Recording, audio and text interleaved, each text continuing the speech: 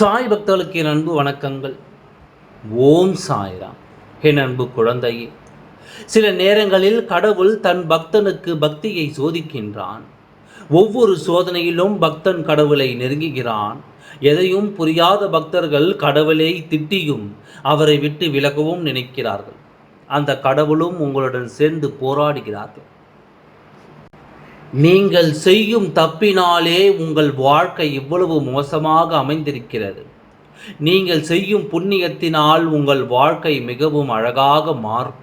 கடவுளும் சேர்ந்து உங்களுடன் கஷ்டப்படுகிறார் என்பதை மறந்துவிட்டு நீங்கள் கடவுளை திட்டிக் கொண்டும் கடவுளை விட்டு பிரிவதை பற்றியும் யோசிக்கிறீர்கள். நீங்கள் கேட்ட ஒரு விஷயம் நடக்கவில்லை என்றால் அந்த கடவுளை நீங்கள் திட்டுகிறீர்கள்.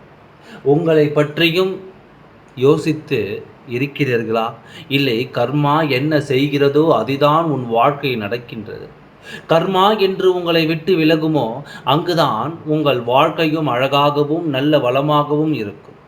உங்களை விட்டு கர்மாவை விலக்கத்தான் அந்த கடவுளும் நான் விரும்புகிறேன்.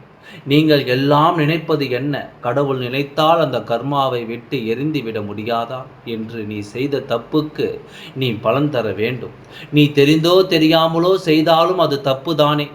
ஆனால் அதை நீ அனுபவித்துதான் ஆக வேண்டும். நீ பெரிய பிரச்சனையாக போகாமல் பெரிய பிரச்சனையாக மாற்றி தருவதுதான் கடவுள்.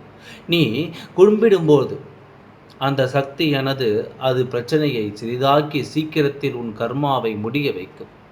நான் சொல்வது உனக்கு புரியும் என்று நம்புகின்றேன். உனக்கான வாழ்க்கையை அழகாக நிறைந்திருக்கிறது. ஒவ்வொரு நிமிஷமும் நீ ரசித்து ரசித்து வாழும் தருணத்தில்தான் நீ அமைத்து வைத்திருக்கின்றாய். இது உறுதி. நான் இருக்கின்றேன், நான் உன்னை விட்டு செல்ல மாட்டேன், உன்னை விட்டு பிரிய மாட்டேன் என்று தான். அது எப்பொழுது என்ன? என் பேச்சோ என் வாக்கோ நான் மாற மாட்டேன். அந்த கஷ்டத்தில் நானும் உன்னுடன் சேர்ந்து போராடி உன்னை காப்பேன். உன்னை போராடவும் உனக்கு சக்தியை கொடுத்த சீக்கிரத்தில் உன்னை அதிலிருந்து வெளியே வர விடுவோம். உனக்கான நாள் என்ற அழகாக அமைத்து வைத்திருக்கின்றேன்.